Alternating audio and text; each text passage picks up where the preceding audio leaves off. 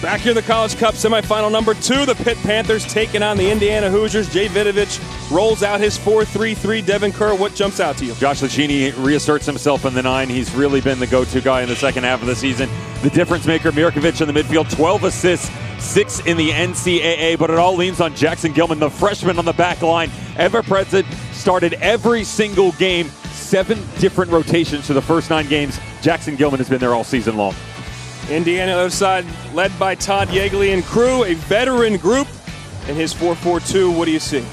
Well, I love the fact that Ryan Wittenbrink is back here once again in an opportunity to go get the College Cup that escaped their grasp in 2020. What a season he's having. First team All Big Ten, 9 goals, 9 assists, and seems to be the only attacking player for the Hoosiers in the tournament, but they'll take it because they have not conceded a goal in 270 minutes. David Erbacher is our center official. The rematch from 2020 is underway in the College Cup semifinal number 2. Syracuse awaits the winner Monday night. That's Giannis Learman.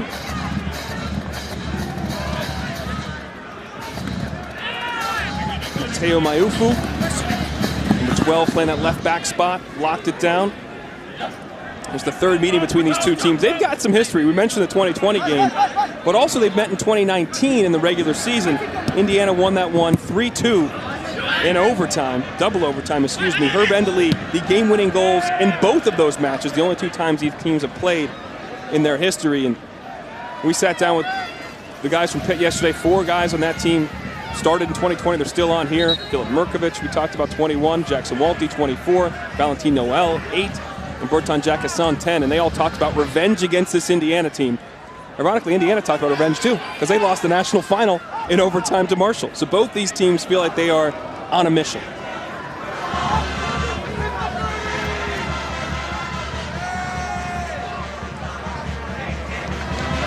Pitt likes to play out of the back, and Indiana pressing a little more than they have in past years. Ofu almost turns it over. Gilman will get it out. So, Deb, early on in this match, what are you focused on? If you're Pitt Panthers, you want to be on the ball. You want to have the ability to, at will, slow the game down or go direct over the top, find transitional moments. If you're Indiana, you just don't want to get bogged down in your own defensive half, because if you get too deep, that's where Pitt can really sting you. The more that they have the ball, the more that they pull you into untimely positions and make you feel uncomfortable, the better that they've been. Final 13 games of the season, 8-1-4, and it's because possessionally they win that battle. Alex sprays it out to Wittenbrink. There's Enderle, the game winner last time these teams played. 7 starters from that match, also starting in this game. Gumbali presses high, gets a turnover. Enderle working the end line, clips it back post. False shot, just sprayed wide there by Jack Wagner, the freshman from Missouri, excuse me.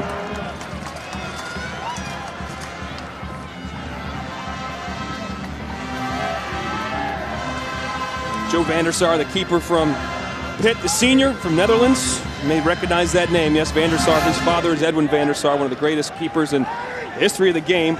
Led the Netherlands over 130 caps for the international side of things, Manchester United, Juventus.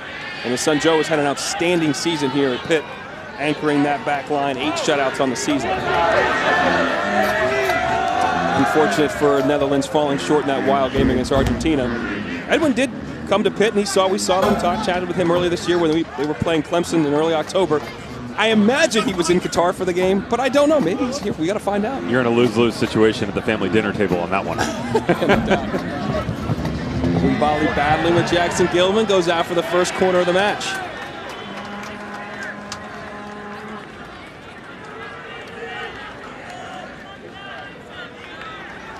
And Joey Mayer and Daniel Mooney will trot forward, the 2 center backs. As Ryan Wittenbrink gets set to take the kick. Wittenbrink's been on a run, as we mentioned. Got a point in 7 of the last 8 matches, 3 goals, 4 assists. Low corner. Not the best, but almost found its way through it. Bertan Jacquesson on the run can be dangerous. The junior from France cutting it back and forth. Still on the run. Still Jacquesson. He's got Josh Lucchini ahead of him. He'll pull it back 1v4. Philip Mirkovic in a little bit of trouble, spins out of it. Serbian-born NYCFC product. Mirkovic It's fun talking to all these teams that are very international, Pitt being one of them, how they've all consumed the World Cup with so many of their different nations representing in that tournament. Jackson Walty on the ball, the Swiss-born player.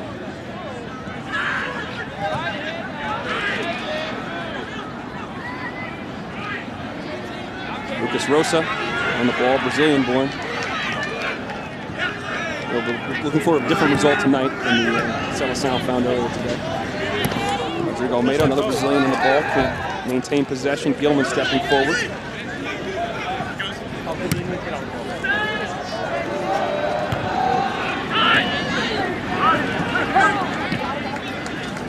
Endely. Mbali. Nathan goes down. Open opportunity to cross. Pullback. Doesn't connect.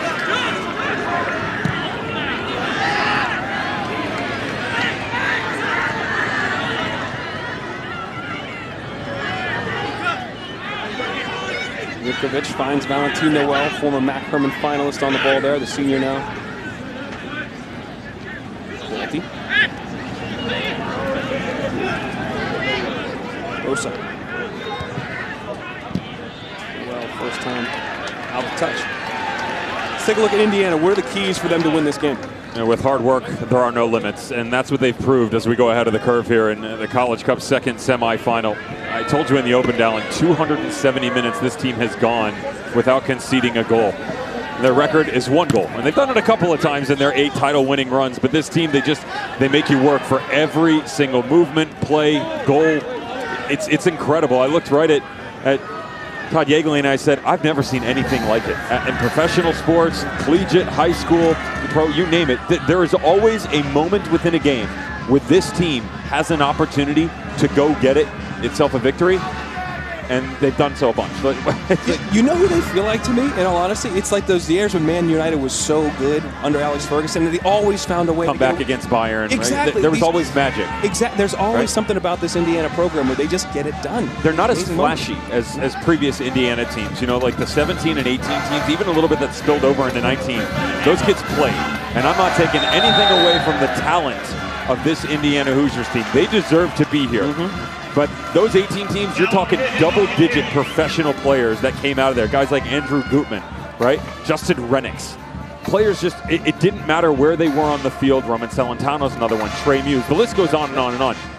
This team isn't necessarily like that. There are actually a lot of similarities to the 2020 team that they just dig in. They want it. They know what it takes to come to this university. Todd Yeagley makes them work for every single second to be able to put the jersey on and then maintain it. The standard that has been set, they take a tremendous amount of pride to continue it on.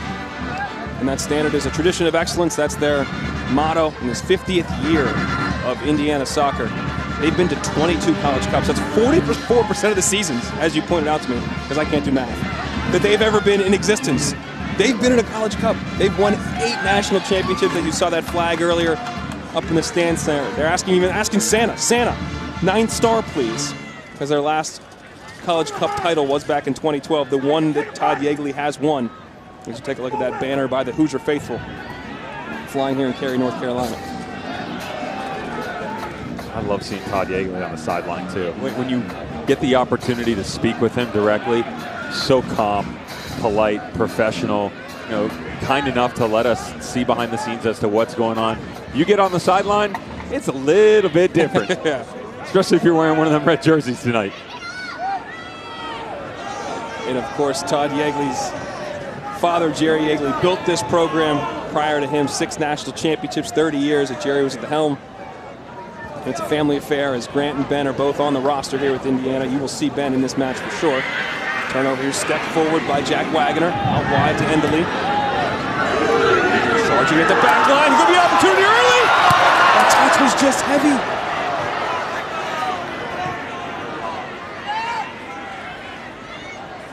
Should he have pulled the trigger before that? I expected him to. The problem was if you're Pitt, you thought he was going to slide it through to Gambale. That's why the run continues on. They're tracking the diagonal run coming through the back line. I mean, good on the first fake. The second one, you got to let that go. You start to pull yourself away from goal. Even though he's coming to a central location, what happens is defensively, runners are actually drifting towards you because you're coming against the grain. You're going into negative space. Early ball played in, almost found Sam Sarver, but Giannis Learman was able to get a foot to it. Another Frenchman on this squad, the transfer from UCF. Was drafted 86th overall in the MLS draft last year. Take a look. There's an area of concern for the Pitt Panthers as the season went on, because the two center backs that you see right now, only one of which was really slated to start there. Yanis Lierman was one of them. The other, Enrique Galina. Two transfers coming in. It's become so accustomed in the off-season window to go and grab guys from other schools, get an opportunity to bring in talent. Jackson Gilman, though, coming over. They've really solidified themselves as they've gone on. We highlighted Gilman, but you can't take anything away from Yanis Lierman. That ball gets through, you best believe it's 1-0. There's Sam Sarver running the channel. Sarver, the sophomore, goes down hard. And a big tackle there early by Lierman. And you mentioned Galina, and David Erbacher's going to walk over there and see how he adjudicates this. Maybe just a talking to or this early in the match. But Henry Galina, he got red card in the Kentucky game. It changed that game late, but they won anyway. No card there? I'll give it a card. Too early. Really the first contact that you've had 10 minutes into the game. Have a conversation. Listen, this is how this game's going to go. And I'll allow that one. But the leash just got a little bit shorter, right? As a center back, you got to be really careful how much you extend yourself in situations like that. Really smart by Sam Sarver, though, to pull the ball back and hold it up. Floated in. Vandersar comes out to claim and does. As Vandersar has it, let's go ahead of the curve again with the Pitt Panthers. Twice in 2 nights. Actually, it's 4, really, if you go. What do you mean? We've been ahead of the curve left and right here. You got to win the middle. And that's all it comes down to. The way that this team likes to play, they build. They want a lot of touches on the ball. Instead, coming in 48 assists on 42 goals. The middle battle has to be won. Mirkovic, Almeida, Walty, you'll see rotation with Michael Sullivan coming in. They have to have the ability to have combination play. Every now and then, you will see them go direct over the top to keep you honest, and that's fine. But this is all about a cohesive unit, which comes down to the midfield 3. JT Harms controls the ball. The transfer from Duke took control of this position early on, about 6 or 7 games into this season. Now became the #1 goalkeeper, taking over for Brian Pratt. Nick Sesak on the ball, 11 up to Enderley. Sesak is a transfer from Pitt 2 years ago.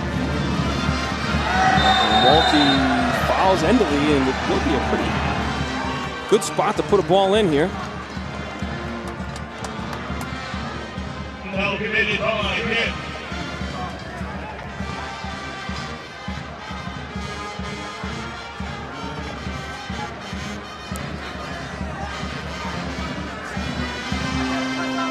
Mooney and Mayer.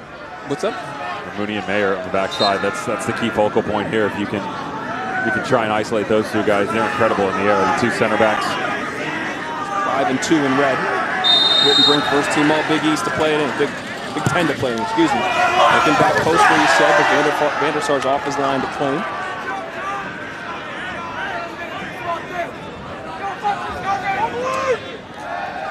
Alterosa, transfer from St. Francis, was a 3rd-team All-American back in 2019. An outstanding campaign there with the Terriers.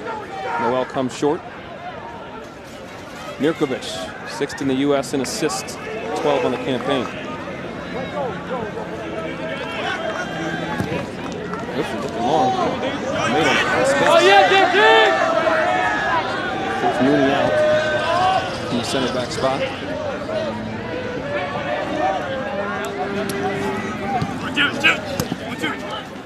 JT, right hand man, left hand man. Right hand.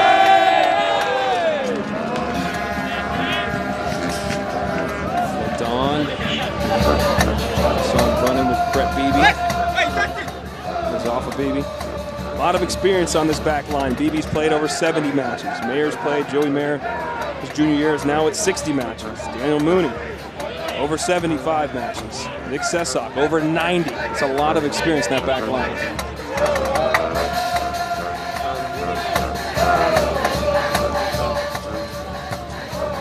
Not so much in the dancing department from the band, though. Not so much. Got to work on that a little bit. Christmas is right around the corner. You know, Fred Astaire Dance Studio, bring them in. Just saying, everybody loves a good waltz. Yes. That's what I was thinking today. I would love to get good waltz in tomorrow night. It's a treat for you. Don't worry. Just want to sing in the rain, buddy. Sarver involved in a battle. Sarver turns, running at the back line. Out wide to Wittenbrink. He's got options in the box. Wittenbrink shot, saves Vandersar! Still loose! And there will be a penalty! As Mayufu stepped forward, he made contact with Endley, who had a chance at an open goal. And what a turn of events this is!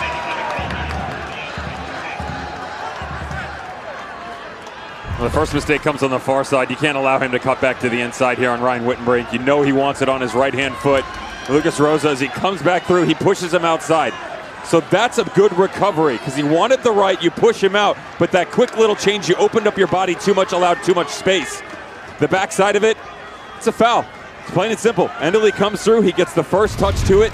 You'd like the save to be a little bit further to the exterior. That's wishful thinking in that situation with all the bodies in front of you, though. Wittenbrink 3 for 3 on the season. Joe Vandersar has faced 1 penalty this year and saved it.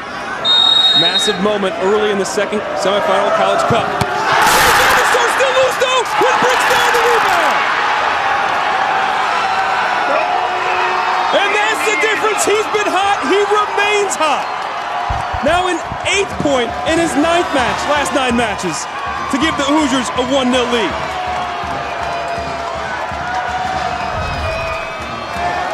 Go back to the pen. The first one comes back across. It's not the best of penalties.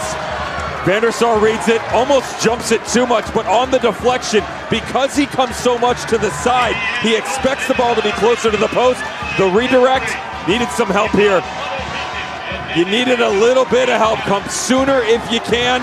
Great job, though, to have the calming presence of Wittenbrink. He can do no wrong. Double-digit goals for him. Outside, inside, 12 yards out, and they've got their lead.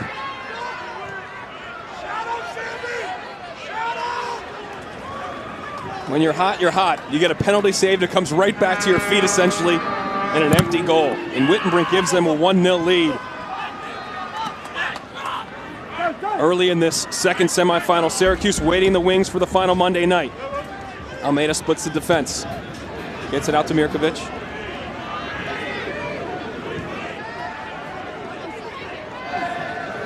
And the man that committed that foul, Mayufu, not truly a left back, learning to be one this year. Coming over from France, he was adjusting to the culture. Just took him a while to get comfortable in America. He got here late in the summer. Over the top of Noel, flag goes up. And he's become that guy the last 10 games or so, but it's not his natural position. By default. Yeah. You know, Mohamed Abdelnadi, that was the slated left back player earlier on this season. Of course, injury has really taken its toll on this team. The fact that they're even here, pretty incredible. Idal Shefketi has been in there. Mayufo, Jackson Gilman. 4 different left backs in that conversation, and kind of a band-aid, right? Let's just figure out a way to get through it. Especially when you're in the ACC, that's no easy task. I don't blame him for that step, though. You know, as quick as this is, you know, even coming from a central location where I used to play, if you're that far out, goalkeeper makes the save, ball bounces out. Your natural reaction is going to be to step towards the ball. Endley's just that much quicker, right? It's the 1/2 second step that he gets in front of him, which gets the touch. Remember, not the actual step, it's the touch on the ball that you want to focus on, because if that comes a 1/2 second later, you're combining at the same point in time, 50-50 challenge, we're having a whole nother conversation. So the 14th minute goal by Wittenbrink is our difference right now. Pitt has started pretty well in this match in terms of controlling the ball. Haven't generated a ton of chances. Clipped over the top, looking for Jacquesson. Flag goes up. Jacquesson and Noel have combined for 8 goals for Pitt. They've got 7 of them in the tournament. This side, though, I like the mismatch on this side because of the way that they like to play. Lucchini, he plays in the 9 or on the exterior. Noel right now is in the central spot, but this is a real good look. Rodrigo Almeida, when he steps up through the midfield and helps press, he pops out into the space, almost becomes a second forward. You think, okay, that's no big deal. Defensively, Lucchini has to drop. But on the turnover, now you've got a guy high on the center back. The other is occupied by Valentin Noel. And with the tendency of Nick Sesak to come high, all of a sudden Lucchini can get in. You create a 3v2 if the ball bounces your way. Rosa on some trouble. Sarver gets the turnover. Sarver goes down, no call. They're trying to get out and transition the other way, and they think differently of it, play it back.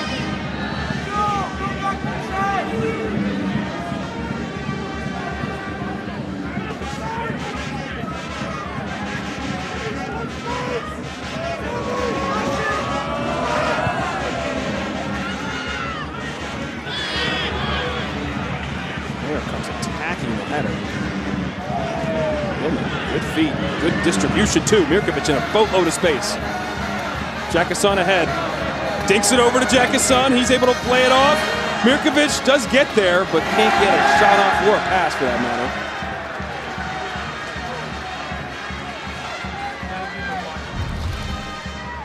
That's the vision, though. It's just a cheeky little flick right up over the top. Good ball by Jackason. He's going to take a little bit off of it. He did a good job. You constrict the two center backs together. That's a foul. Yeah. But you bring them close after the ball comes up in. Now the space is in behind. You get Jackason to hold it up, which that's not really the best part of his repertoire, is it? No. Running at guys, challenging one-on-one in open space. For him to be able to turn and spin it is good. It's that last little touch coming to Mirkovic, 21 in blue.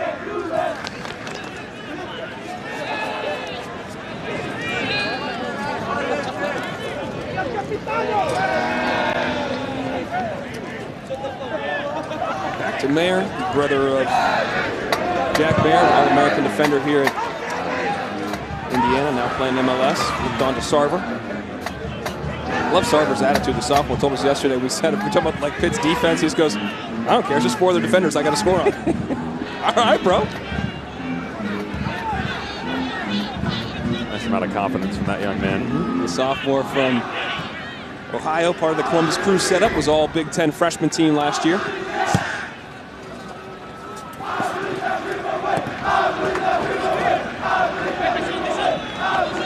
I like the chant going on. If the mic's picking it up right there, so I feel like I'm at a U.S. game right now.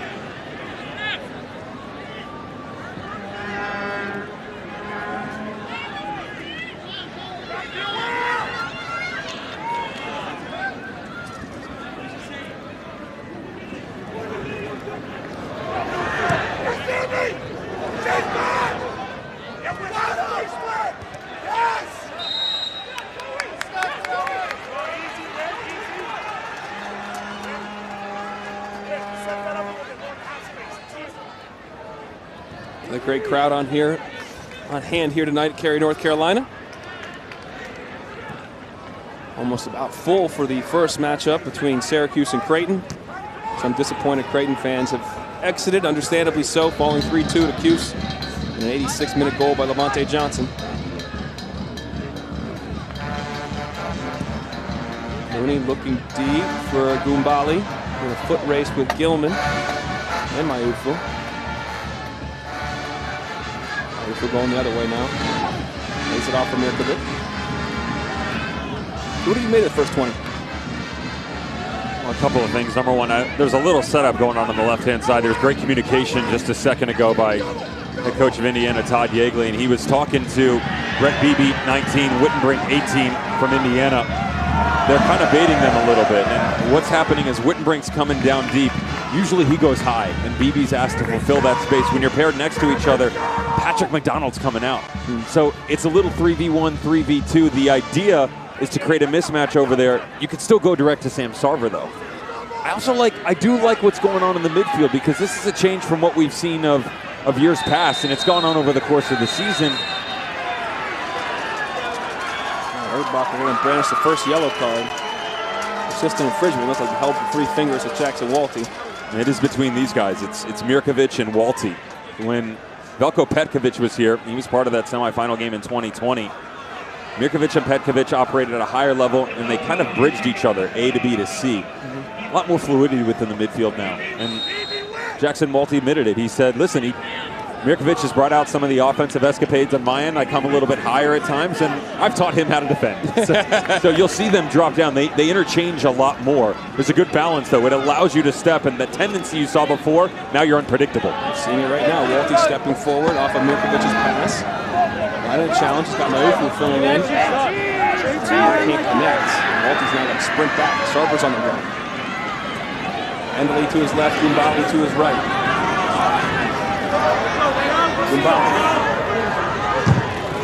Beautiful goal against UNCG.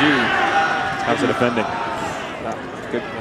Your boy Jackson Gilman. I know you're a big fan of him. Union Academy, YSC Academy guy.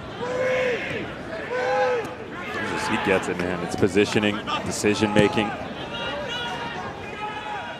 I've said this to you a couple of times this season. Usually I'm talking about ball movement going forward. Just because you can do something doesn't mean you have to. Yeah. Jackson Gilman's kind of the same way. He knows that he doesn't always have to set. Sometimes it's just the mental fortitude to hold down the central spots. That one, though, a little pinch out, one-on-one. He's so good at allowing himself options. You don't want to get yourself squared up, especially in a one-on-one situation. The second you come flat, that's when the attacker owns you, because it's easier to spin you around, whether it's cutting to the inside or outside or just knocking a ball around you.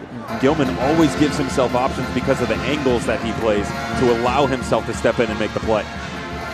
Very smart player, freshman, playing at a high level all year, and as you mentioned earlier, he's played at every position on the back line, on the ball now, because of injuries and illness to this Pitt team.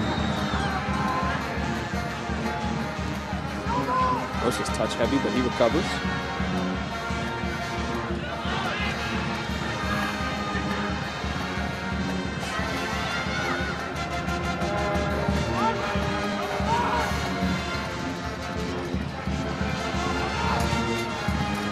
Lucchini keeps making that out-to-in run. They're finally going to hit him this time, and he's in a battle with Sesak, and can't win that.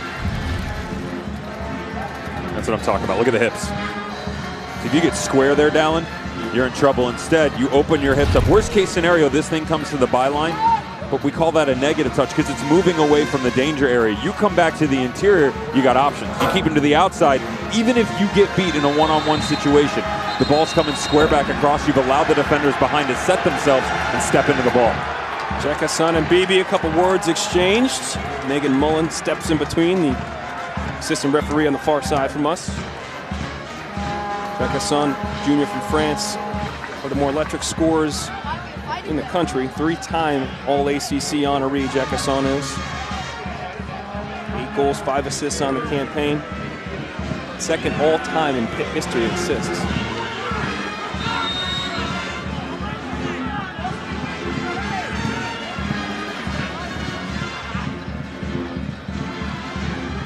Pitt's 9th foul a match.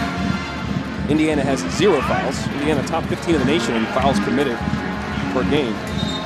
They don't give up silly set pieces very often. And IU making their first sub of the match. Tommy Mahalik coming in the match for Gumbali. And you mentioned Mahalik at the start of the show. What do you like so much about this sophomore Big Ten, all Big Ten second team this year, too? He gives you an option specifically in this Pitt game defensively because he'll tuck down underneath a little bit more than you see out of Gumbali. When he comes underneath Sam Sarver, he's trying to eliminate that outlet ball to a guy like Jackson Walty or Mirkovic. But then as you spin it, now it's an extra option to build off of. You come off the back line, you don't have to go direct up over the top and then try and get help. That's where Mahalik comes in. Great with both feet, excellent vision, and he'll let it fly from distance as well. 6 goals on the campaign, charging down Van der Sar right there. Jefferson tries to bring it down, come out.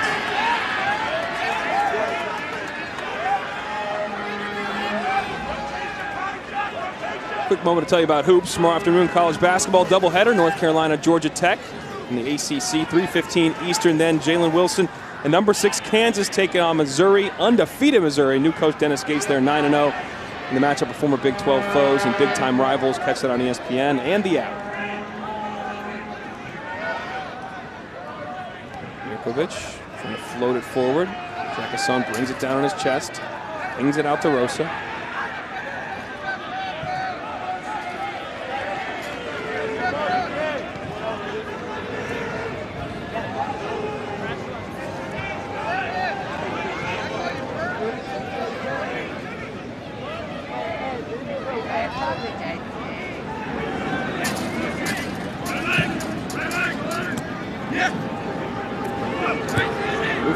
Steps into some space, finds Almeida. Noel.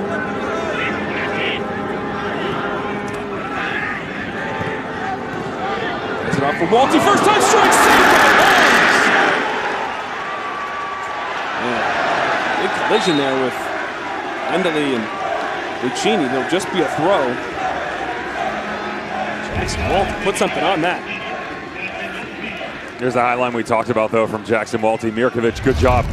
He dropped down and he gave them depth. Walty recognized he could peel off the back shoulder into the space. Excellent defending, though. There was a time through that movement as it came left to right. Daniel Mooney had an opportunity to step in, Instead, he recognized the run behind in Valentin Noel. If he would have gone, they would have been in deep trouble. Shot, yes, but it's from distance. That could have easily ended up inside the box with a close range opportunity. Jackson Walty, who's about to be on the ball right now, has just crossed over 9,000 minutes played in his career. It's 101 starts for the fifth-year senior. He's been at Pitt back when they couldn't win a game, literally when they won 2 games, to a team now that's been to College Cup twice in the last 3 seasons and 3 straight Elite Eights. Yankovic lays it off for Noel. Connects with Almeida, almost got through there. Pitt started to turn the screws a bit.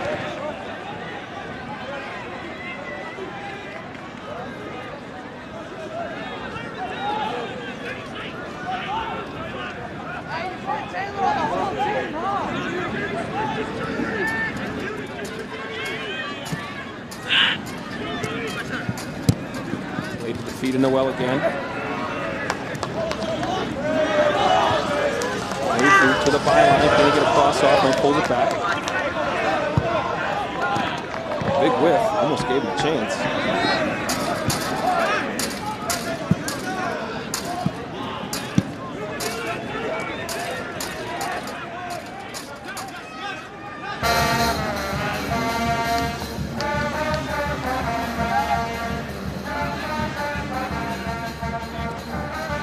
Almeida again, popping in good space.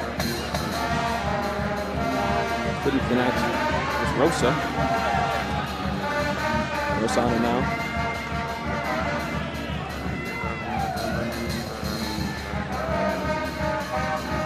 Good pressure by Mayer.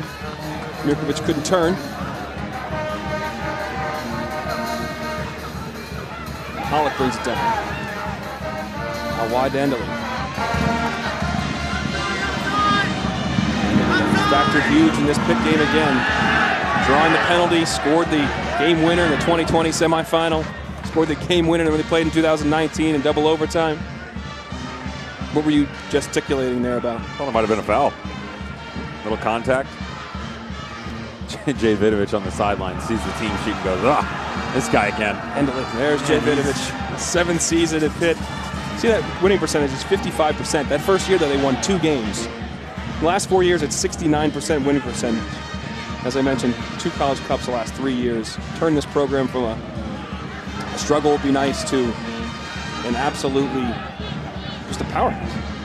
I respected him when talking about, you know, is this a revenge game for you? And he said, totally different team. Yeah. Right? You mentioned the 4 guys that are back from the 2020 squad that lost the semifinal 1-0 due to Endley's great goal in the 79th minute.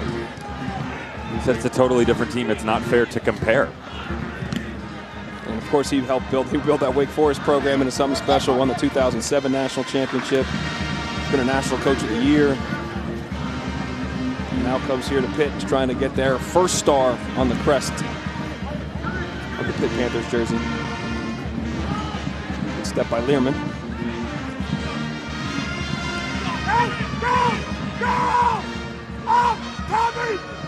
Band working in some Green Day. Seems festive.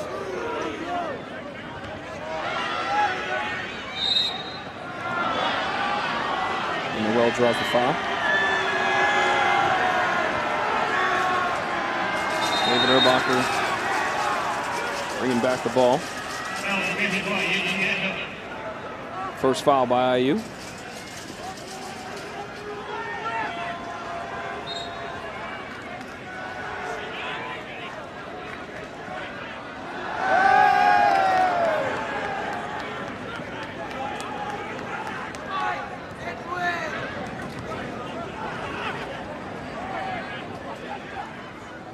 Was able to skip it past. Noel had Walty, who's hopped up on the right wing over there. Foot race here, and Gilman wins it. That was tight with Endley right there. Plays Almeida.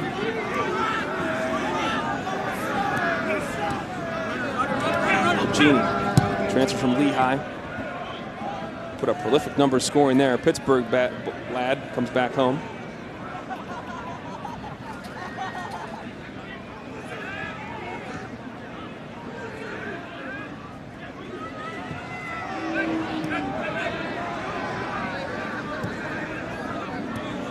Pitt been dominating possession the last 8 or 9 minutes here. Jackson looking a low cross, and it doesn't get out for a corner. It did in the end get out for a corner. So I tried to keep it in play. Send it out for a throw. First corner of the match for the Panthers. Mirkovic comes over to take. Jackson is short.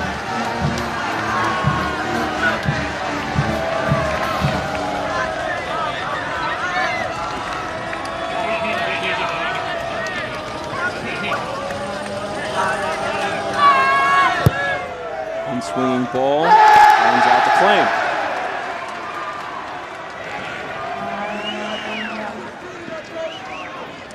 Coverage of the NCAA championships continues with the men's College Cup final Monday, December 12th, 6 p.m. Eastern on ESPNU. For more information on the NCAA Men's College Cup, log on to ncaa.com, the official online home for all 90 NCAA championships. Wittenbrink, the goal scorer on the ball, had his penalty saved but scored on the rebound. In the 14th minute, that is the difference in the match right now. What have you been seeing here in the last 7 or 8 minutes?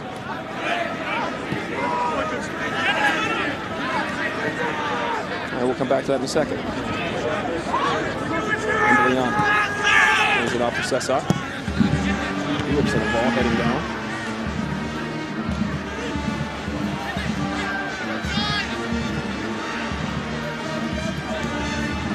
Does not combine. Down the way that this Pitt team likes to build, they have a fluctuation on the right-hand side. It actually ties into the conversation we had earlier with Jackson Walty's advancement. You know, the reason that he has the ability to come high is because Lucas Rosa, they over-pivot, flatten out into a 3.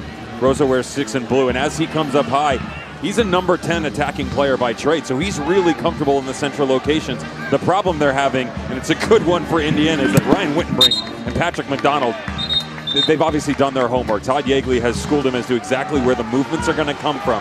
So as Wittenbrink 18, McDonald 22, watch the player come in. They just allow it to come to him. You lose a little bit of presence on the right-hand side. It puts more pressure on Jackson. You'd like to see the counterbalance on the left. You've shown your cards on the right. Let's try and play through Josh Lucchini a little bit more. The problem is he's not going to get that much help out of Mayufo because he's matched up against Endeli. Right, Carson Henderlong just checks in, a senior from Indiana. It's a Xavier transfer. He's a Big East All-League player 2 different times. He comes in for the sophomore Sarver. He scored 24 goals in his career, so number 7 in red. You see him trotting to the ball. Gives him a little bit more physical presence. What does he bring differently in this group? I told you in the first game, it's a little different for the Creighton boys match up against Syracuse. Kind of the same thing for Henderlong coming over from the Big East. You make this transition from Xavier, it's different playing against these teams. And that's not a disrespectful comment, but the speed's different, the competition week in and week out, a little bit more difficult to deal with. And so he has had to take a back seat. That frustrates a number 9 striker. If you don't have that overall confidence, your decision-making starts to waver, you start to doubt yourself, and that's just a little bit of what's going on, but he's still really impressive. Big, tall, like to play into him a little bit more. You should see a little bit more wing play as you try and come through Henderlong. Endeli looking for the big switch over to Wittenbrink.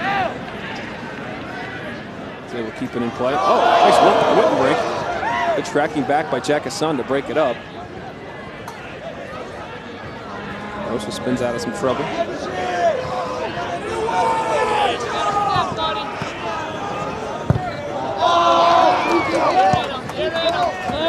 Rosa kept it in.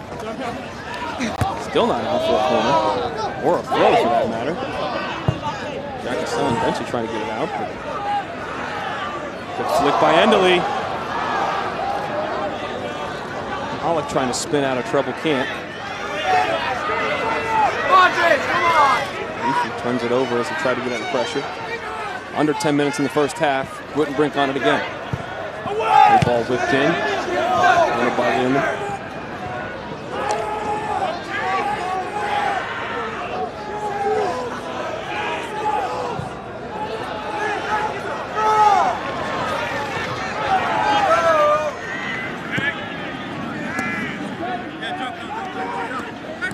Endeli skips past Mayofo. Oh, Megs Walty to get it to the feet of Henderlong, but he couldn't control it. Here comes Learman out of the back, charging forward. Out to Jefferson, where he's dangerous. He's got an opportunity to play it in back post. Sesok gets his foot there because Lucchini was lurking.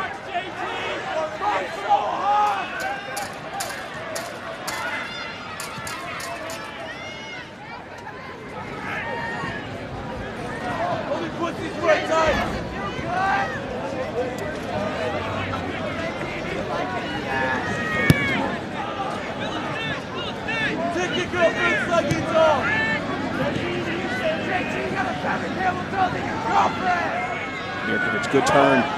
Into space, riding the challenge.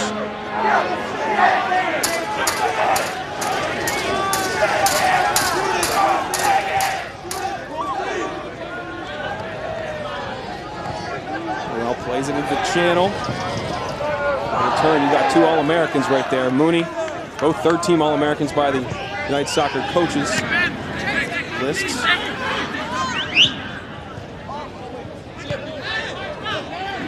Well, trying to combine with the 1-2, ran into Henderlong. It's a big body.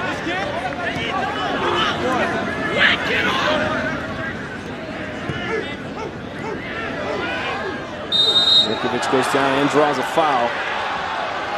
Let's see where they put this down. Maybe a little too far out to strike this, probably. Don't tell Mirkovic that.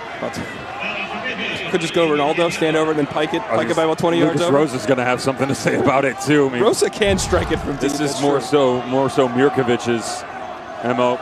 Lace it. I mean, it's smart. You got pressure on the back end. You can't blame the referee for calling a foul. I feel the pain by Patrick McDonald, though, because you're just kind of standing right there. Some frustration, though, from Valentin Noel. He's searching to get into this game. That was one thing they really struggled with in 2020, was finding their Mac Hermann finalist almost in absentia as we approach the halftime whistle. Under 7, we'll see. Rosa's there again. He can hit it. Mirkovic may clip it back post. 6th in the U.S. in assists this year with 12. Rosa leaves. Pings it out to Jefferson. He wants to put it in now.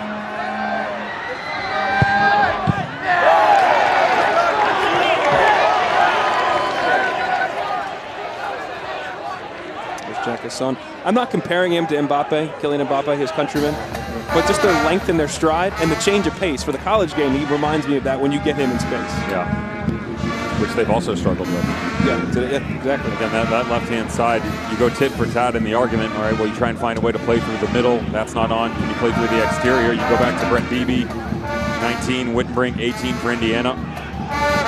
Excellent job defensively. And as this breaks down right here, this is where you'd like to see more imagination from the Pitt guys. When you compress the field into 30 yards, usually they're very good about getting someone out of their comfort zone, but we're not seeing a lot of late delaying runs. There's not a lot of crisscrossing. Very uniform in thinking.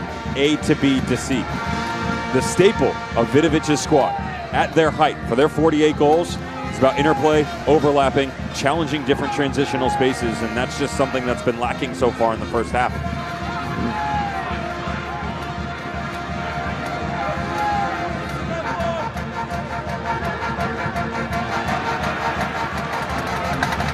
Out. Tell you about the Heisman tomorrow, 8 Eastern, 5 Pacific on ESPN in the app. The 88th annual Heisman Trophy presentation presented by Nissan. The 4 finalists, shockingly, all quarterbacks: Georgia Stetson Bennett, TCU's Mac Duggan, Ohio State's C.J. Stroud, and Caleb Williams from USC. 8 o'clock Eastern, don't miss it. Smartly played by Beebe, just stepping underneath Jefferson there.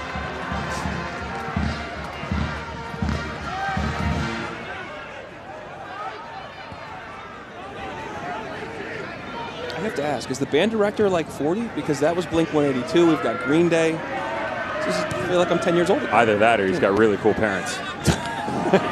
Very possible. The catalog at home. I throw some Beatles on, some Green Day, a little Drake. Oh, there you go. I don't know. I don't know if I'll have enough time. Celebrate his entire catalog. Wittenbrink getting forward. Looking for that early ball to Henderlong.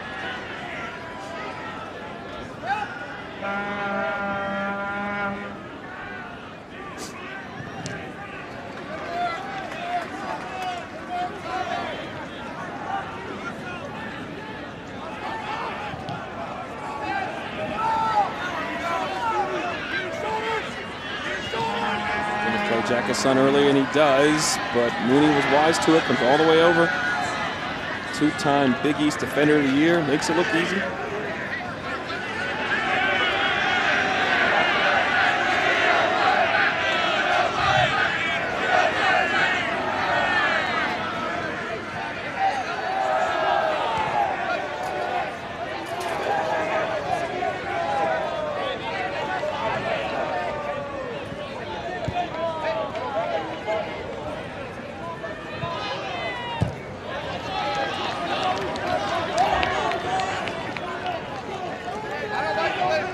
You think Indiana and Ty Daly are content just to do this for the next 50 minutes? Just to sit in the low block and just keep defending?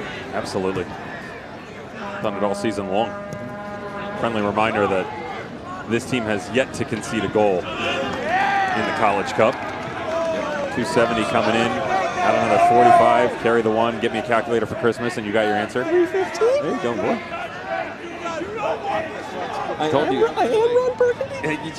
I told you coming in, stylistically it's different, right? You want a ton of touches. The game's going to be a little bit slower than what we saw in the first between Syracuse and Creighton. Certainly played out that way. They grind, they chase. Good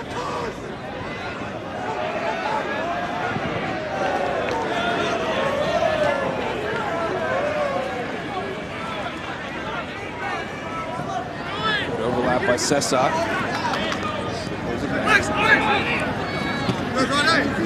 Contrary to what Jay Vidovich has had maybe a little bit more in the past years, there's not a ton of depth in this team, so there's not a lot to change in terms of personnel offensively, especially maybe Michael Sullivan, but I'm not sure if he's really going to add much to this group.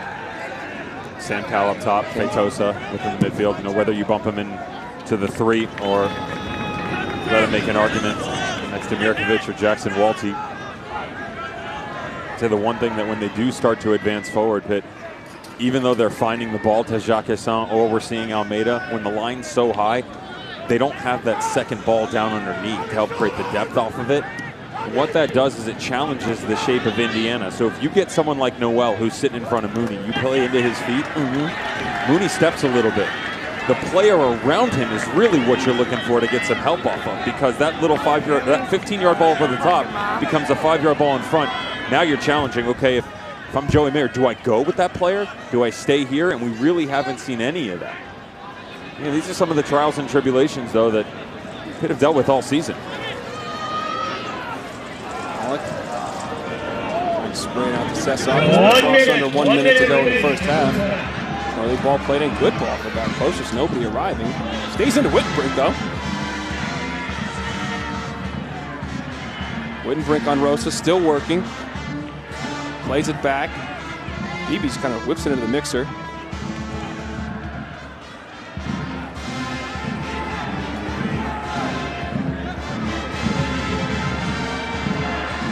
Jack's son forces a turnover.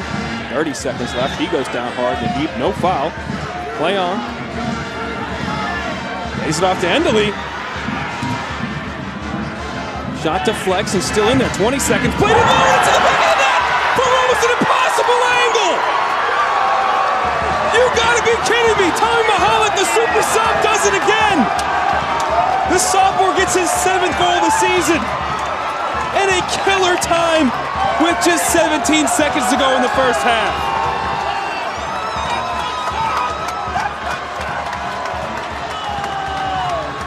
Told you coming in, game changer for sure. He was going to have to do it coming off the bench. Defensively, starts to remove some of the distribution of ball coming off the back line. Centrally, it's attack-minded, but just watch him drift on the far post. As he comes here, it is an impossible angle, but you can't give 5 yards of space. That's too much space, because you allow him to turn his hips and come back across. One of two things. It's a shot on goal, or it's a dangerous square ball coming back into the mixer. You got to step out, apply pressure. Instead, 7th of the season. I'm having flashbacks the next Saturday, the U.S. against the Dutch, but with that late goal that just changes the whole complexion of the half. And that's how it's going to end. 2-0. Hoosiers go in. A dream start to this College Cup for them. A nightmare for the Panthers. They are 10-0-5 on the season when they're ahead at the half. So they only need one moment, Indiana, right? Well, they got 2 in the first half, both of which are sort of gifts, especially the second one. You get pressure there, you at least go into the dressing room down by 1. Instead, you've doubled it. Cause for concern for sure. And now we're joined by IU coach Todd Yeagley. And coach, outstanding way to finish the first half with Mihalik's goal there. How do you continue this in the second 45 to make sure you guys walk out of here with the game Monday night? Well, I thought we were really dangerous in transition. I think the key right now, obviously they're a very good possession team, and they're trying to, pick us apart with different movements and rotations. But you looked at it, they didn't have much real danger. They had some front half possession. It's really our decisions. When we get in the front half, we have to keep it a little bit and make them chase. And yet, the looks are pretty darn good. Even numbers, we have pace. But I think that's probably what we need to do in the second half to make sure we continue to keep this lead. Coach, the season that Nick Sesak had, 7 assists, the way he gets up and down the right-hand flank, little surprise, kept him back a little bit deeper. Was that the way the game went, or was that the game plan coming in? Well, we wanted to be a little bit conservative with because they do cheat a bit with their wide players, and they kind of tease you to go forward, and they're very good also in transition. So we told Nick he can go. I think just the game hasn't found that side as much as we'd like, and I think some of it is we need some more front half possessions, which will get Nick and BB a little bit more advanced in some dangerous spots. Thanks a lot, Coach. Appreciate your time. Thanks, guys. You saw those 8 stars blazoned across his crest there. They're looking for number 9, and they are making a big step to getting to that opportunity Monday night.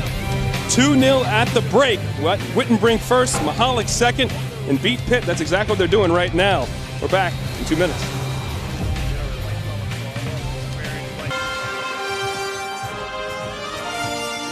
Back here in Cary, North Carolina for the second semifinal of the College Cup.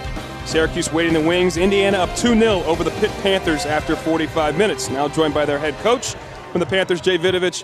Jay, we just saw you actually walk out and talk to your team on the field here. What was that last message you just delivered to your squad?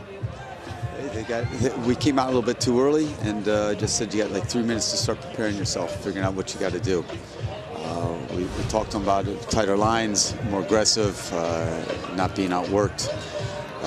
When we did move the ball, we just didn't feel like we were dangerous enough. Not enough stretching runs, not enough balls in behind.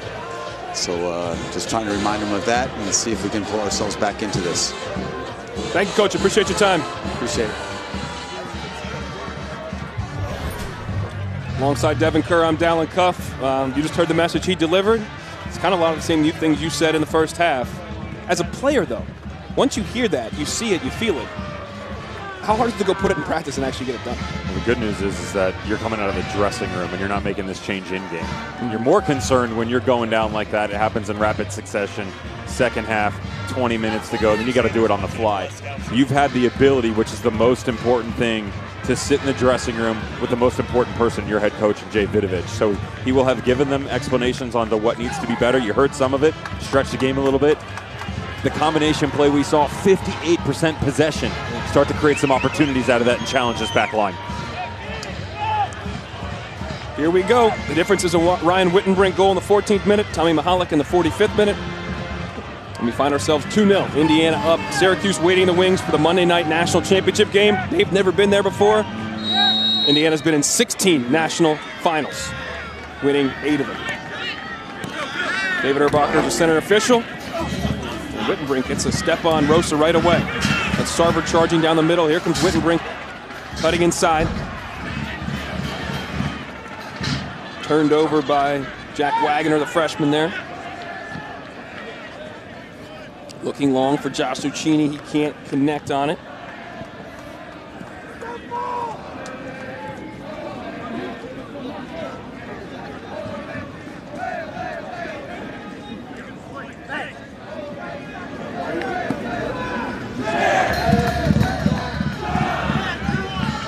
Are you one of the guys that believes that 2-0 is the most dangerous scoreline in soccer? Absolutely. Been on both sides of it numerous times. First goal comes back in, you're up 2-0, all of a sudden it's 2-1. Your head drops, the energy and momentum changes. You start chasing the game a little bit more. You score the third, you're flying high. Feel like nothing can bring you down. That next goal will determine this match. Herb Enderle goes out of him for a goal kick. Enderle's been critical in this, now the third meeting of Pitt in Indiana. He drew the penalty today. He had the game winner 2 years ago in the national semifinal. In the 79th minute, they had the game winner in double overtime in 2019, 3-2 win for the Hoosiers.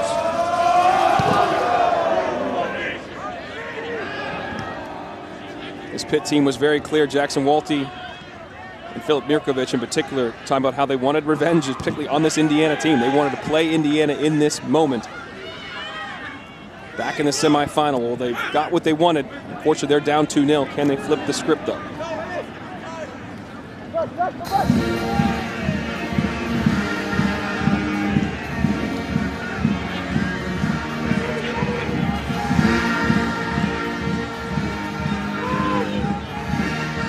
Off to Giannis Learman.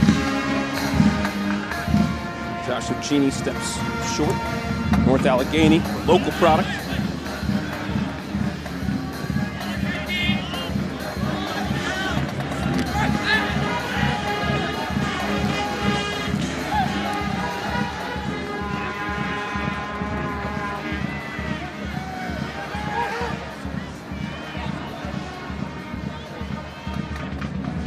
Song trying to work on Endley.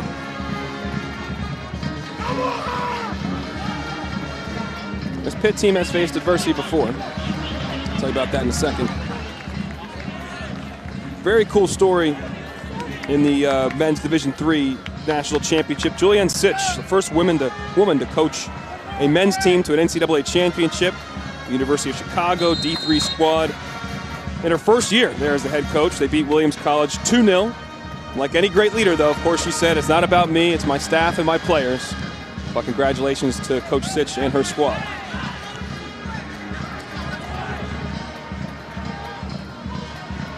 Walty on the ball, pops it out wide. Jackson lays it in, just past the head of Valentine Noel.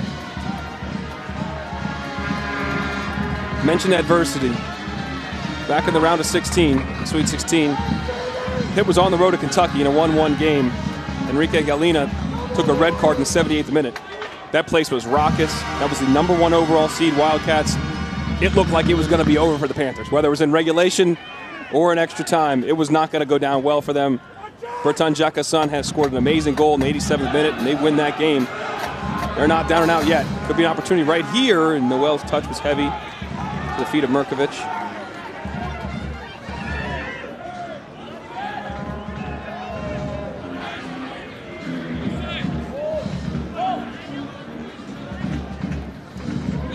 Jackson trying to combine with Maufu. All played in. Noel was there. Couldn't wrap his foot around it. Good defense there. It was Mayer. A little pressure on the back shoulder by Joey Mayer coming back across. Then the clearance by Daniel Mooney. Again, positionally. Oh, sorry. Still not allowed to play with two. Balls on the pitch. IFAB's not interested in that rule change, apparently. A little scoop pass by David Erbacher, the official, to get the ball off him.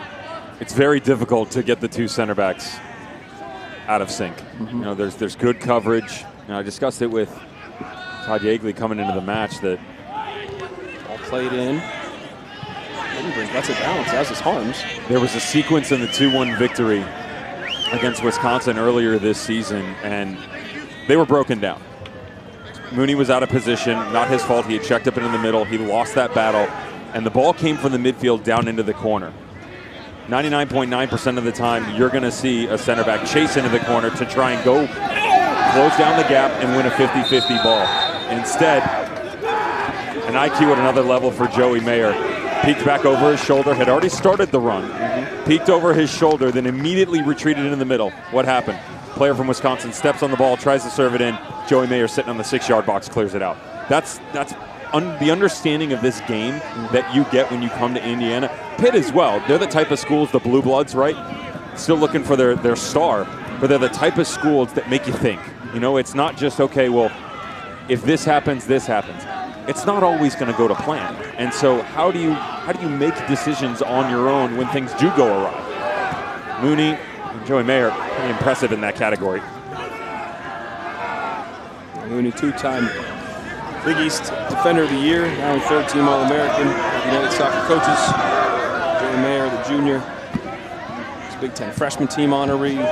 guys are both logged together over 60 matches together now. Center back pairing. Rosa waits forever, and then Wagner, great tackle. McDonald might get it through to Sarver. He does. Sarver's on it. Flag is up, though, and Vandersar with a save anyway. And Jack Wagner remains down. That is not good for the freshman from Missouri. Just turned his hand when he went down, but the tackle to come the other direction. It was close. Look. Watch the bend. That's better. Body length or so. And Wagner's, sorry, go ahead. He definitely had the jump on him, though. And that's one just, it's interesting. Yeagley's always been trying to find the striking partner for Sam Sarver, and he said, you know, how do you read him? He's unpredictable. To get a second guy up there, almost impossible. And I said, yeah, it's kind of funny because now he just runs around by himself, right? I said, yeah, he's a lone wolf. Yeah, he's got his own little pack. Sammy is. Have a look at the combination with. Here's Wagner. They're checking out his hand, it looks like, as it got stepped on.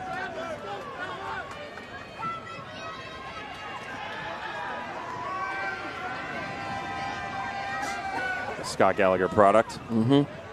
National champion at the youth level. Is there anything that youth club doesn't produce besides just All-Americans and? You do all this prep for all these games. Like every kid, like this, just Scott Gallagher. There's like 8 guys on every high-level team. It's crazy.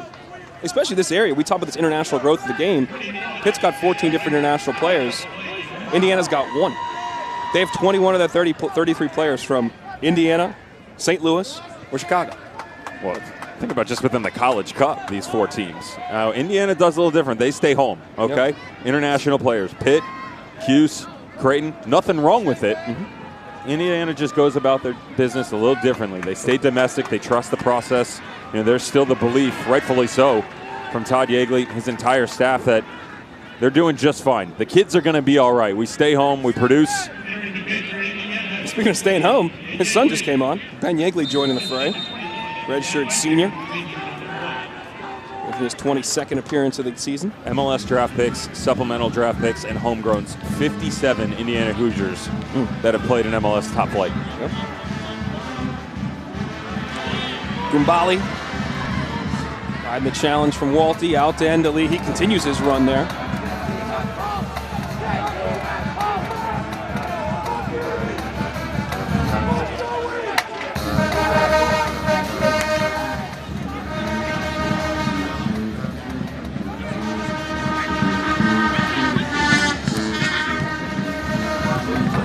Tried to get it through to Sarver, but Learman got there just in time.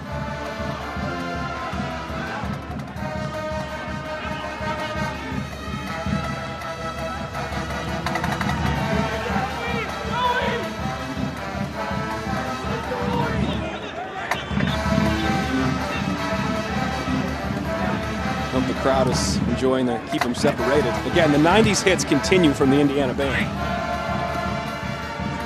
I'm sure people listening, will this guy shut up about the band? They're doing good work over there. Playlist.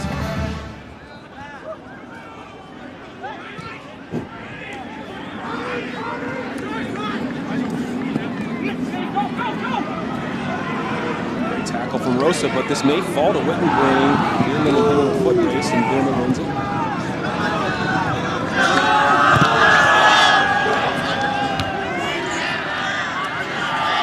Touch a little faulty. Let him down. Oh, watch out. Smart. And out for a corner. Oh, wow. As Wittenbrink leered him in and then skipped right by him, and Learman went in hard. I was with him. I thought there was contact on this, too. Jeez. I mean, is that not the sweeping left leg coming back, hitting his left foot? Yeah, he didn't even touch the ball either. Giannis Learman just got away with one there. The grad student from UCF, the transfer.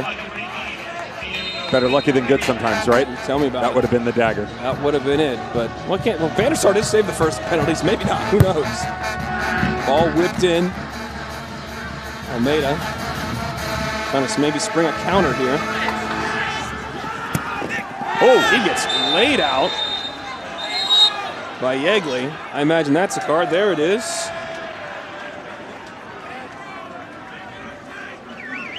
You got to feel for the contact that comes in on Rodrigo Almeida. I'll give him that one, but I will say if this doesn't happen because the ball gets in behind, there were bodies coming for Pitt. Valentin Noel, Mirkovic had come out, Jacquesson streaking on the far side of the field, and no one at the left back coverage spot because Beebe had come high off the corner. They've taken out Rodrigo Almeida, who's still got a little hitch in his giddy-up right now, as he's trying to walk it off. Almeida, a grad student from Salvador, Brazil. Went to Montverde Academy down in Florida. Factory of great athletes, soccer players, basketball players, you name it. Walty, also a product of Montverde, just on the ball a minute ago, second ago.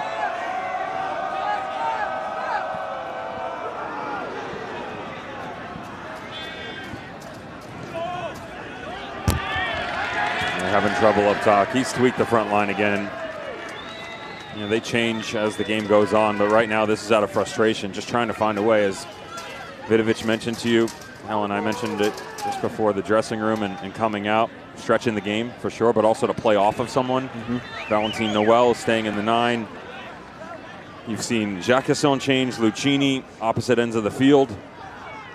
Even as Noel comes down in, I don't want to keep praising the center backs, but you almost have to because they're tracking so well. They're doing a good job defensively. He goes, they pass him off to the midfield. If the midfield's too high, the center backs track with him. Beebe, you're setting up for a long throw. Excuse me. Cesar.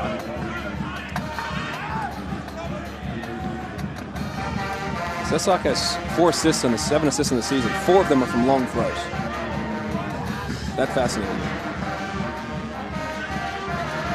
Sarver, not you so much. And a game play with your feet to get an assist with your hands. Friendly reminder, he came from Pitt, right? I'm aware of Pitt that. transfer, so there's a little bit more in it for Nick Cesar. Great first half. You heard Todd Yeagley talking about it when you asked him. He said, you know, we said you can go if you want. But he understands he's got to stay a little bit. You know, the way that they're attacking, especially now with Jacquesson coming on the other side. What a journey, though, by the way. So, okay, Brendan Aronson, that's great.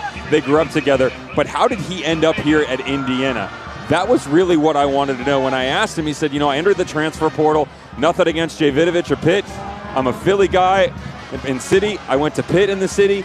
I needed to change the scenery to become a better soccer player. Asterisk within that argument. It was a COVID year. So changing from 19 to 20, he didn't have the opportunity to come and visit Indiana. Enter Brendan Aronson, who, by the way, United States men's national team Leeds Premier League player, was supposed to go to Indiana. Gets an opportunity to go pro. Cesar, the one he leans on. Down, Mirkovic, first time. That could have been the difference maker. He's had a great academy experience in your City FC. Right, that's a whole nother conversation. But Nick Cesar said, I needed to find out a way to figure out if this was the right place for me. Indiana comes calling, of course. I'm going to try and give it an opportunity. But Brendan Aronson and his father were kind enough to kind of show me the ropes, talk about the history of the university. And then, of course, when Todd Yeagley calls, which happened to be the first call, mind you, he said, yeah, I guess I'll go here. That's fine. Good move by Cesar. He's locked down that spot at the right back pretty much since transferring from Pitt. Played in that 2020 semifinal against Pitt, also, of course, the final. They lost to Marshall. Now they're about 32 minutes and 30 seconds away from having a chance to avenge that loss to Marshall and get that 9th star in their crest. It would be to Syracuse if they could get it done. Monday night, 6 o'clock Eastern here on ESPNU will be the national final. Hope it's as dramatic as the women's final last week, as UCLA took down UNC in the final seconds. They pushed overtime. This could be a chance for Jacquesson. He's right there. Did Harms get a piece? And he did. Man, Harms had a huge save like that against UNCG, coming off his line to keep them up 1-0. Here he keeps them up 2-0. Just watch the turn, though, by Mirkovic. You got to get more out of him. Splendid turn, 2v1, pivots right in between both of them, and then as he goes, this is where the brilliance of Jacquesson shines. The diagonal run. It's good pressure by Cesar, but if he doesn't get help from the goalkeeper, the continuation comes to the right foot, and you get an opportunity one-on-one with the goalkeeper.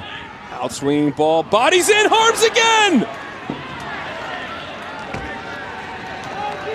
And Pitt's hands are on their heads. They can't believe it, but they're not down and out yet. 31 minutes to go, and they're starting to ask some questions.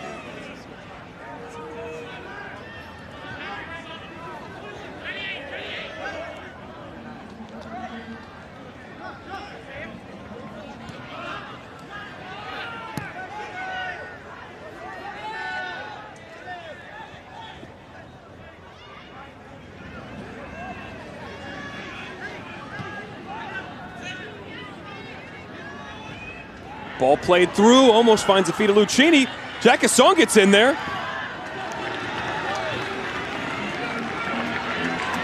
And Pitt continue to knock on the door.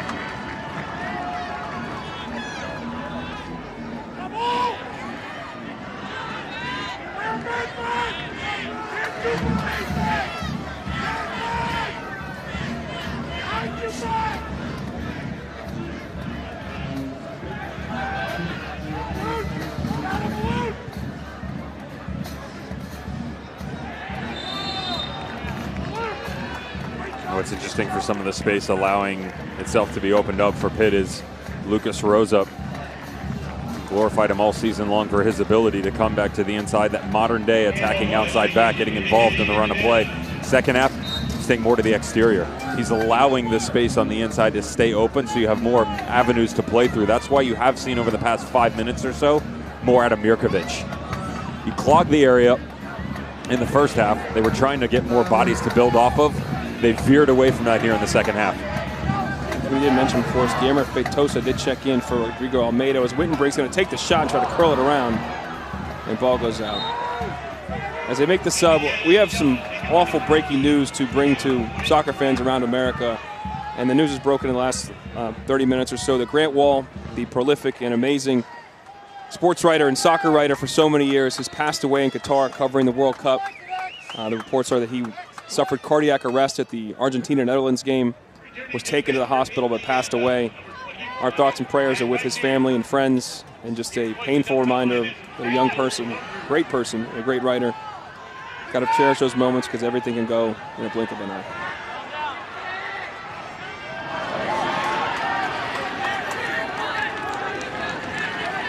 Back here at the game, Wake Med Soccer Park alongside Devin Kerr. I'm Dallin Cuff. Under 29 minutes to go. Game opening up a bit. Indiana's up 2-0. Here in the College Cup semifinal, a chance to take on Syracuse Monday night, who beat Creighton 3-2 in our previous game. Indiana looking for their 17th national final to compete in. This is their 22nd College Cup.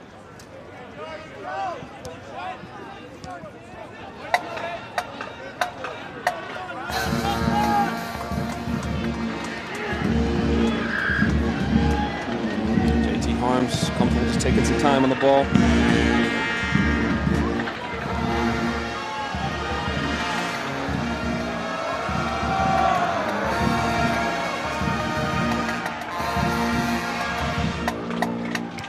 Feitosa on it. And a part of the Brazilian quintet on this squad. He's got Valti making a move right down the middle, doesn't see him. Now Rosa tries to dink it up over the top. It seemed like a great opportunity, but Noel couldn't get the turn back and play it down the middle.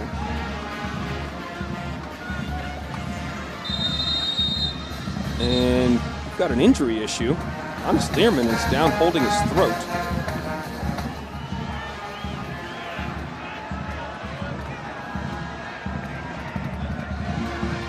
And treatment comes out right away.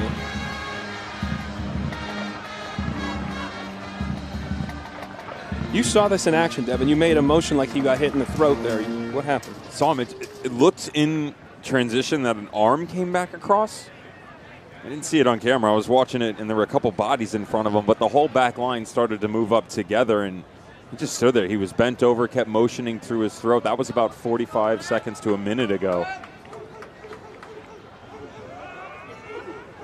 Hoping that's just, you call it a stinger around the body. It can be on the knee, it can be on the leg, throat, just kind of reverberates through, and especially with the cold, hurts a little bit more. Yeah, it's about 45 degrees now. Sometimes in the cold, a little hit to the body can feel a little different. Lehrman is jogging off. Looks like he will be okay. With this break, we'll tell you about the action tomorrow on ABC and the ESPN app. Our college basketball doubleheader starts with, yes, an old Big East rival. Patrick Ewing and Georgetown take on Jim Boeheim and Syracuse at 1 Eastern, and what could be, actually is the matchup of the day. Number 1 Houston hosts number 8 Alabama, up-tempo, fun Alabama team led by Brandon Miller, a young star. Should be a great afternoon of hoops. Houston, number 1 team in the nation. They guard you. Gumbali traces it down in the corner. Trying to work on Gilman. Gilman's clearance, or tried to pass out of it, puts him in trouble. Now they're going to concede a corner. Third of the match for the Hoosiers. Just keep an eye here. The Indiana Hoosiers, they haven't done it so far. They like to go short. And there's a good look. Everybody's looking over the shoulder. What are we going to do here? A lot of times you'll see them pull a second one down into the corner and try and play short because they have numbers. You do have Yeagley sitting right at the top of the 18 if you want to play through them. Wittenbrink is there. Mbali comes short. Good ball played in, knocked down. Feitosa's clearance, missed it. Maiufu charging through. Gets it out and up to Jacasson, who keeps it. No, he does not keep it in play.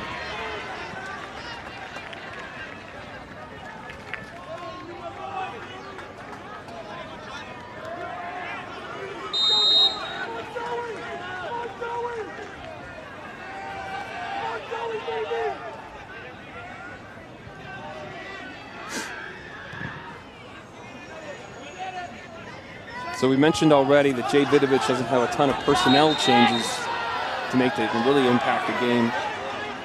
From a tactical perspective, is there anything they can do differently to unlock this Indiana defense? Because there's been very minimal even chances really created. I just like the energy that we saw a couple of minutes ago. You know, some chances moving back through. Jacasson in transition is one. Valentin Noel, to me, is still the key that unlocks all of this. It was the same argument in 2020. Yeah. Both games so far haven't seen the best of him. Not his fault. He's being marked out of the game. That's really simple. He's 2v1 with the two guys on the back line from Indiana and Joey Mayer. Daniel Mooney 2 and 5 in red. There's 5 in red right there, winning that battle with Feitosa.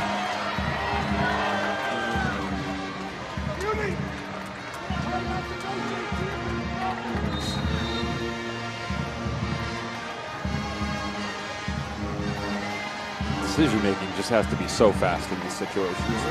That's the other thing, is that if there is a mistake made, which there aren't necessarily many for this IU squad, you got to capitalize on it quickly. And I would say that the one detriment that you can sometimes have is style points. Pitt does get into this area where, kind of like Spain, you know, again, not comparing them to Spain. Everybody at home, settle down, but, you know, a lot of touches on the ball. They want to look good doing it. Yeah. Sometimes it's okay to win ugly, right? They would take that right now. Ask Croatia. Tell me about it, yeah. You ain't lying. Yeah. And coaches, unfortunately, are falling like flies after that. I mean, Luis Enrique, he's on from Spain. Chiche from Brazil knew he was leaving anyway, but yeah, Brazil's up. Couldn't close out the match. 117th minute goal. Using in pens. Laid off, streaking up the right side of Sessa. He's got numbers. Could he put this thing away with a good ball? Osa's there.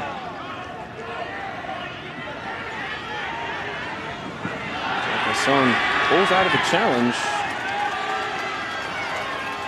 And McDonald won that ball.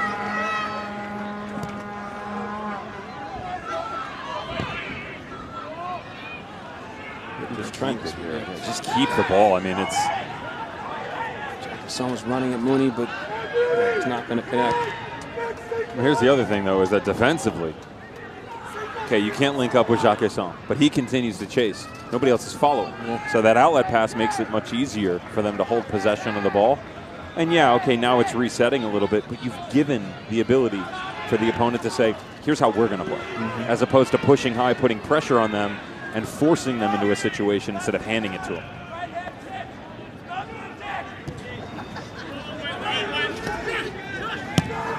Sheeny tries to play to the feet of Feitosa, does not work.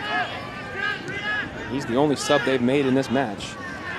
Great tackle by Lucchini. Mirkovic's touch was heavy, and McDonald picks it off. He's going to play it quick, decides just to keep it. Back to Ben Yeagley.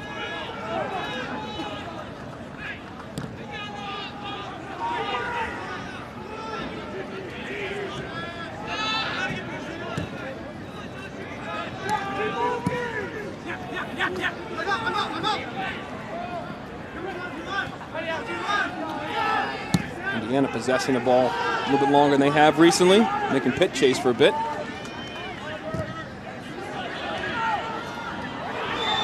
Enderby came back from offside position. Ironically, Sesok was overlapping there. That may have been meant for him. Played quickly. Noel getting a rare touch on the ball to Feitosa. He's struggling. Out to Lucchini.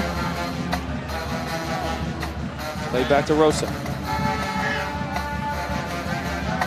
Walton. Rikovic. Jacquesson turns. Wants to get a hit off. Can't. McDonald there again.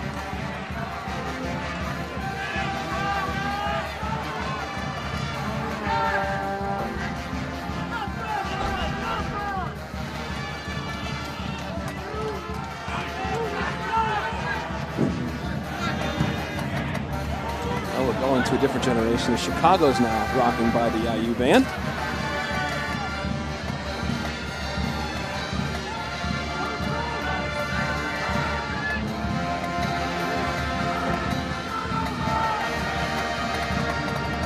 Bring out some Phil Collins, then we'll start talking.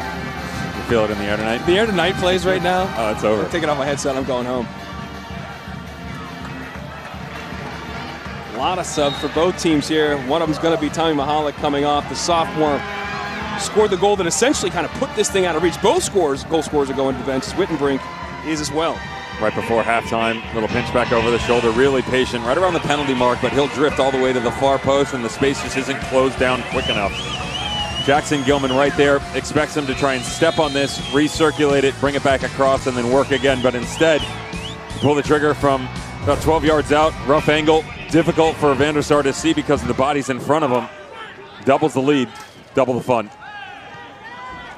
That's if you're wearing red right now. A couple changes for Pitt that are notable too. Luis Samkow, attacking player, 17 right there in front of Harms. The sophomore comes in from Texas, as does Michael Sullivan, the sophomore from Pennsylvania.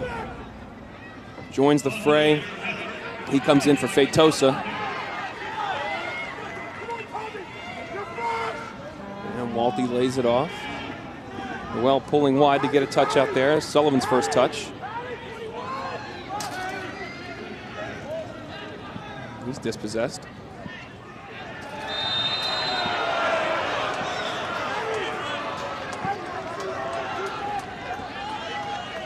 I do like the changes though.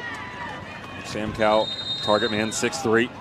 Had an ankle injury earlier this year. They really struggled to get any sort of regularity out of play to get him healthy.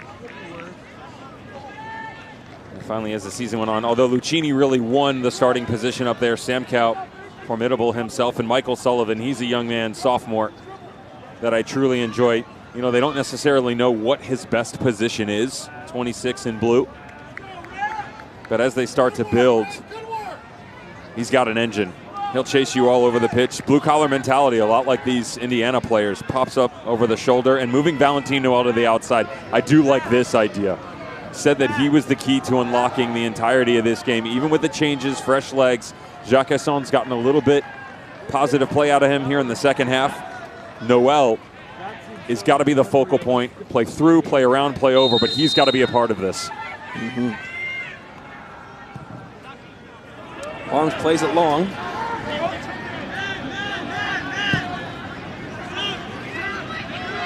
Pins it back down. We've joked somewhat about the band, but the commitment from the IU, everybody that came here today, there's a lot of good crowd here, but we got 8 IU alums here, we've got the band here, we've got students here. Just was told Talia Goodman in the building, the daughter of Jeff Goodman, covering the team. A lot of people here supporting the crimson and white. And down goes Sarver, hard. Great soccer, a little kick up. What was that? I love that kid. Just his general vibe. I'm into him. Sophomore, striker, gymnast. that's on the resume for. But that's how you pop up from the injury. He goes down, he holds his head for a second, says, "You know what? I'm actually okay. Let me just whoop." He's confident though, not cocky. Exactly. There's a difference. There isn't. There's a big difference. Right. You're cocky. He's confident. Sure. Go with that. See if that gets you an adult water later. Actually, I'm ready to hot chocolate first.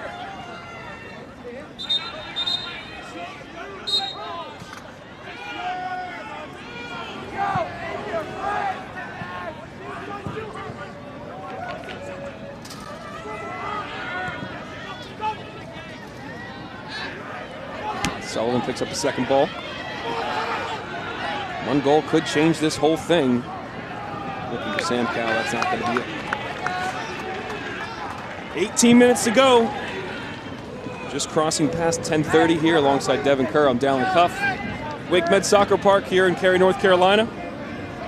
Indiana up 2-0 through the two first half goals, one through Ryan Wittenbrink in the 14th minute, and Tommy Mahalik in the 45th minute. Dying seconds of the second half really changed the complexion of this game. Syracuse waiting in the wings, beating Creighton Blue Jays 3-2 in the first semifinal today, that felt like a basketball game. This has felt more like a tactical soccer game. Within that, they're trying to add another body into the attack going forward, at least to get the movement going in Yanis Learman. I already gave you an idea of what the pivot looked like on the right for Lucas Rosa, bottom right side of your screen for Pitt. As he comes in, they rotate into three. Learman starting to pinch up higher, though. There goes Enderman, trying to run past Gilman. Gilman gets his body across, and then Learman comes and mops up. Be a little bit quicker still. It's the same conversation, unfortunately. There is space. They have options. But hit it. That ball right there, 2 seconds sooner. Turn, head up. The longer you take in that situation right there, now all of a sudden that allows Sarver to drop back in and you have to recirculate going the other direction. Instead, if you play it first time, Walty can take a touch with his standing foot, gives you a positive momentum going forward. Now you're making the left back question himself. Who do I step into, and where does the coverage come in terms of support defensively?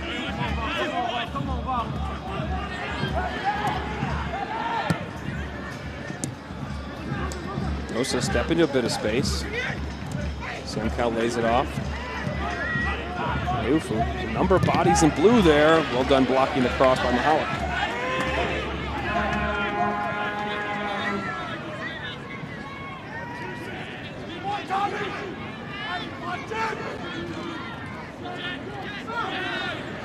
Off to Noel, skips it and looking back post for Jackason! Arms again! Oh man! He's made some huge saves in this second half to keep the 2-goal cushion. They went back and forth all season long. JT Harms, Brian Pratt, both waiting in the wings for their opportunity. He started his last 7, 4 shutouts, only conceded multiple goals once throughout that run, and this is a good reason why.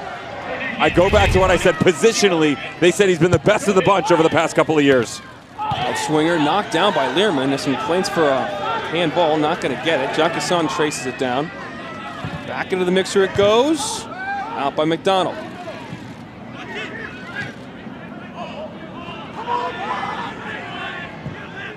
Rosa sprays it out to Mirkovic.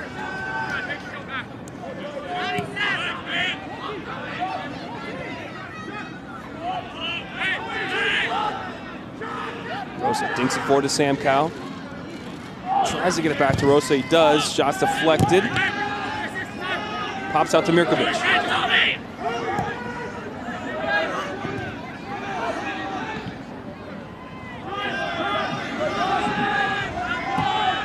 Rosa pings it to Noel. Good control. Tried to nutmeg Mayer. He's complaining he wants a handball, it looks like, off the deflection. That's not going to happen.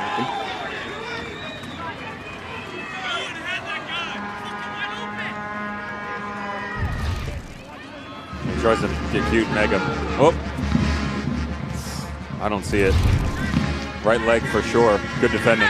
Arm back behind. In the modern day, it's so difficult for defenders. I mean, we saw changes.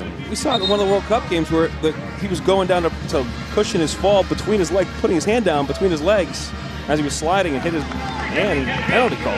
I would give anything. That's written in the rules. To keep playing. However, if I take a look, I don't think it hit his hand, but there was complaints for it. Yeah. No, perfect. Good job by David Urbacher to not award the pen there. Wittenbrink, goal scorer, makes way. He comes out of the match.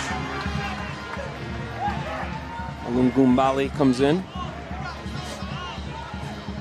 Again, Wittenbrink has registered a point in 8 of the last 9 matches he's played. He has been hot. and open the scoring off a saved penalty. Joe Vandersart did a great job of saving the pen, but bounced right out to Wittenbrink, who capitalized on it.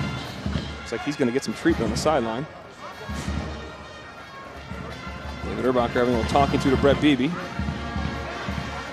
thought the conversation with Todd Yeagley about Brian Wittenbrink was pretty interesting when he referenced how they had to get him to work a little bit more, which is funny because when you watch him play, all he does is work, right? But he said that things come easy to him. The game coming into Indiana just naturally, very easy for him to pick up, and that hard work mentality, they had to instill a little bit more. They had to challenge him. And certainly had to also find a way to get him involved in the run of play, because so much talent over the years, as Indiana always has, came off the bench a lot. But the confidence this year, next level for Ryan Wittenbrink from Indiana. No doubt about that. He's over there getting checked on. I will say this, and it's good that the NCAA did this. We used to have a one-day, basically 36 hours off. It would be a Friday night into a Sunday noon kickoff, which was just really tough on guys' bodies. So Monday night now getting the extra day of rest, better for both teams and probably better for the product in the end.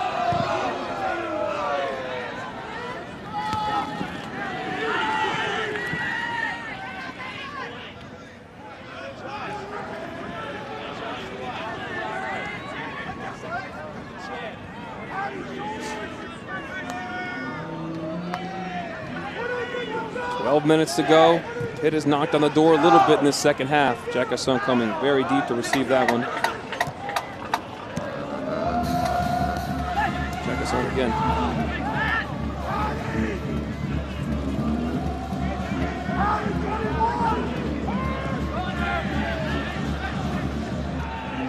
Mirkovic back heels it, looking for Noel. Iufu.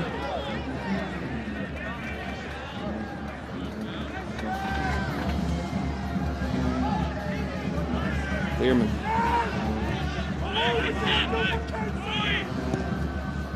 Floated back post. Knocked down. Poor clearance. Oh, some appeals for a handball there, none happening. Now Sarver's in a foot race. Got Learman beat. Looking for some help. Pollock through the middle. Good ball over to Endely.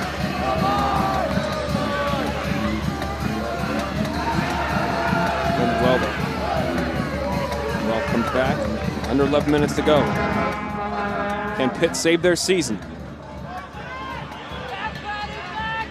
JT Harms off his line in the box. He scoops it up. We'll tell you about the coverage of the NCAA Championships continues, as I just mentioned, with the Men's College Cup Final, Monday, December 12th at 6 p.m. Eastern on ESPNU.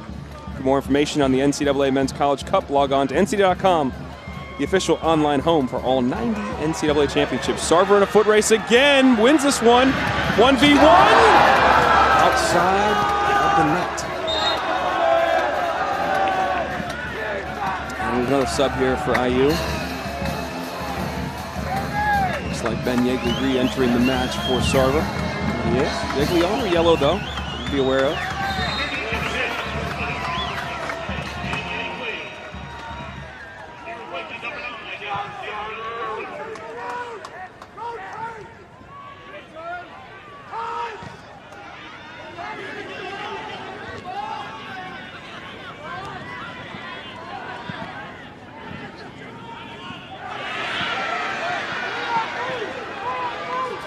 Looking for Mahalik.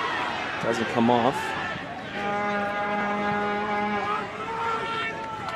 What do you want? I want Lucas Ruza to step up here. It's starting to get a little frustrating. The same argument coming from the sideline from Jay Vidovich.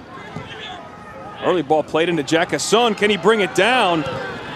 Great look from Mirkovic. Sorry, Deb, finish your thought. As Harms and Jackason collided, they're both down now. Jackason's cramping too. He wants to be a little bit quicker. When Lucas Rosa doesn't come, because all that space is there. You've got Luis Samkow. You're now taking your target striker, the big guy that you put in to play off of, to allow guys like Jackason and Noel to run off of. You're bringing him away from goal to the near touchline. You're taking a great attacking player in Lucas Rosa who's available to step up in and removing him. He's just not going. So then the 9's gone, and this is a trickle-down effect, right? So the outside back doesn't go and step into the space. Your 9 comes out of the pocket, long ball up over the top. In theory, Samkow should have been on the end of that, right? 9 minutes to go. Pitt needs 2 goals to keep their season alive. He's going to find the feet of Mirkovic. He can't turn.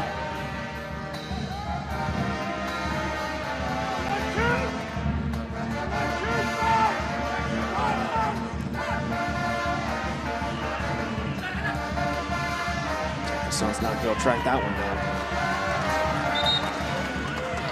A couple more subs here. One for each team. Wittenbrink does rejoin the fray. And Luis Samkow is off for Lucchini.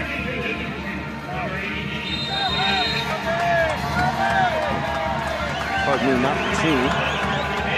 It's Enrique Galina coming in. Sorry. Brazilian transfer from USF, number 16 in blue. Let's see if they jump to a 3 here. Any sort of idea possibly pushing Rozov in, or if you want to play him as a target guy. They have done it at the tail end of games, set pieces, trying to move into him. Loaded forward. Mahalik, he's 1v4. See if he spins out of it. Good quick feet, draws the foul.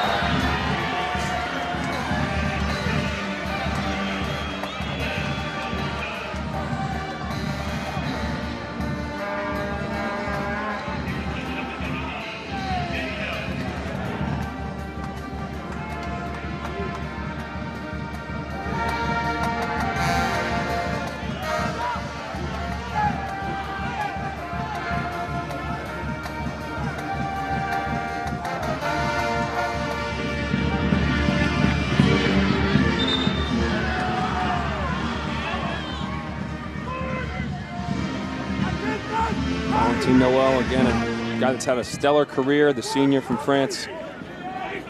But the Indiana defense has smothered him yet once again. Mirkovic.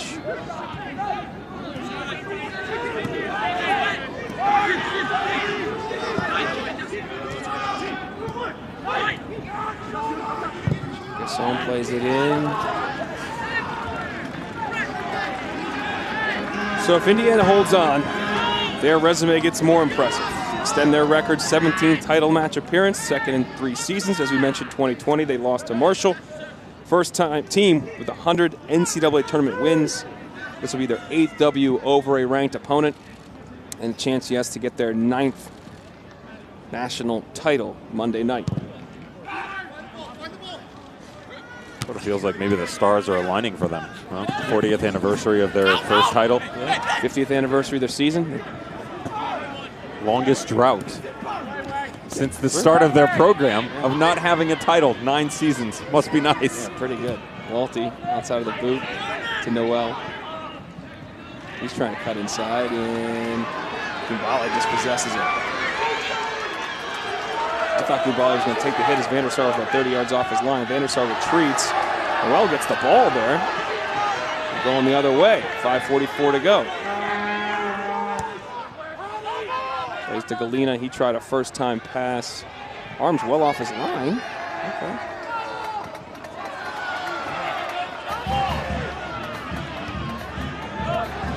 Plays to Mahalik around the corner. He's got an opportunity to make it 2. Nope, Van der Sar scoops that one up.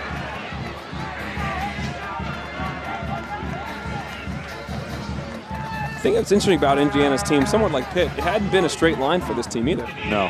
They had some ups and downs. They started obviously with a huge national TV game, which we did on the road at Clemson. They'd lose 3-2, but had some injuries and some struggles and found their footing, in recent weeks. And of course, like we said earlier, they just find a way to win games at big times, and here they are. There's a lot of change from what they thought they were going to be to where they are now and who they actually are, right? I mean, I can remember that first conversation with Todd Yeagley prior to the Clemson match. He didn't even know what the back line was going to look like. They actually toyed with the idea of playing a 3, allowing Daniel Muni to step off the back line and get involved in the attack. And they did it here and there for sure. Played to the feet of Galina. He's trying to turn, lays it off. Pinged in by Noel, deflected, sorry. That was a staple of this program years ago under Jerry Yeagley. Loved to spread the game out and play 3 at the back and get more numbers going forward. And, it's easy to think blue chip high school athletes coming into Indiana, they're going to be great, right? It's all roses and perfume, and it doesn't always go that way. It is kind of funny to hear, though, all the ups and downs. 13-4-6. Like, yeah, well, hey, it's only 4 losses. You're a victim of your own success sometimes. You always expect so much from them when it's not perfect or not, 18 wins and Walty flips it forward. Galena couldn't get on it. It's just we expect a certain thing, and so do they, in all honesty. Well, speaking of expectations, how interesting was it that they don't give any sort of trophy or ring out or any sort of celebration for winning a regular season or Big Ten title? They don't do that. They don't do rings. Every other school in the country, including when you reach the College Cup, usually give you some summer memento, usually in the form of a ring. Todd Yeagley said, a little bit different here. You get a ring, you put another star above the crest. That's when we're going to celebrate it, and not until then. Yeah, he's got one of them as a coach. He's got one as a player as well. Outstanding player, as you mentioned. He's the only coach to win the Mac Herman Trophy. Right on that crest right there. You see on the jersey all 8 of them there. Which way do you go with the next star if they get that chance? I think you put it right in the middle. Just spread them out. Yeah. Mirkovic, early ball played in. Yeagley, the first guy to ever win the Mac Herman National Player of the Year and also win a national title until Johnny Torres got Creighton here in that game we just watched against Syracuse. He was the only coach to ever get to a College Cup and have that much of an accomplished career as a player. Comes off his line, hauls it in. He'll take his good time now, his 2.5 minutes, and Santa, you may not need Santa to bring you a star. Todd Yeagley and crew may do it.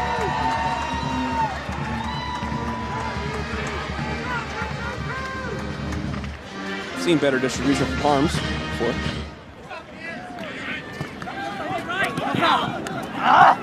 He goes right through Jefferson. He's had a rough second half here. He's been really frustrated. That is a foul. And you talked about late game dramatics earlier, Kentucky. We saw it against Akron earlier this season. The back and forth affair that was. For Pitt at home. Any magic left inside 2 minutes. That double overtime winner for Valentin Noel. Pretty special against Portland at home in the quarterfinal. That Kentucky comeback was special, but that road looks like it's coming to an end. And partially because Indiana has not allowed a goal in the NCAA tournament. They've been outstanding defensively and clinical offensively.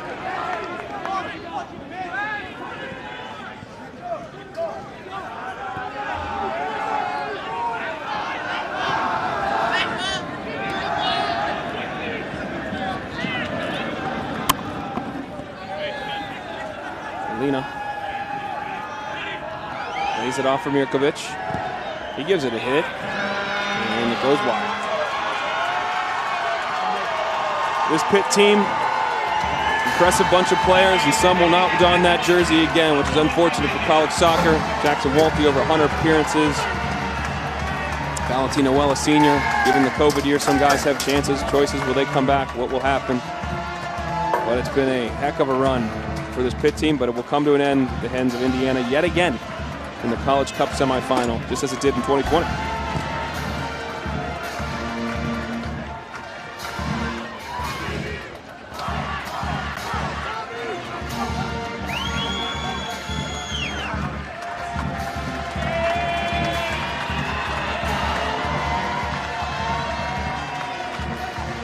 Arms has been perfect, and he made some big saves today, Devin, in the second half. And as coach said that throughout this run in the course of the season, he hasn't always had to be the guy to make the saves, but tonight certainly was the case against this high-flowing attack coming out of the ACC. Pitt Panthers falling just short again. You feel for them. Sometimes, Dallin, there's no magic, and that kind of felt like that tonight for Jay Vidovich and his guys, and yet it seems like every time we come to this city, the boys in red are happy to come and hang out a little bit longer. Indiana advancing to the national championship. 2 brilliant moments in the first half. Might have only needed 1. They'll take 2, and they'll take an opportunity to add another star above the crest. 2 goals in the first half were the difference. Ryan Wittenbrink in the 14th minute, Tommy Mahalik the 45th. That's Mahalik right there. Second team all Big Ten delivered at the end of that first half and changed the complexion of this game. You earned it, young man. Be fired up. You're playing Monday night, 6 o'clock Eastern. We're back here to wrap up College Cup semifinal night after this.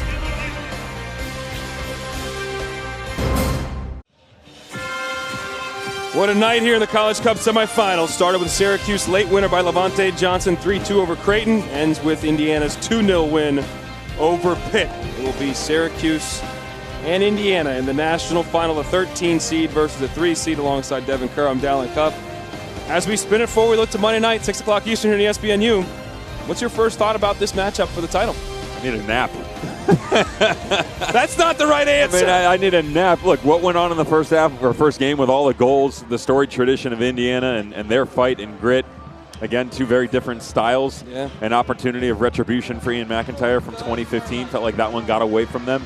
They certainly answered a lot of questions this year. And if they were going to do it, of course, it's going to be against the tradition that everybody hopes that they can one day put into their program. Indiana Hoosiers looking for their 9th star.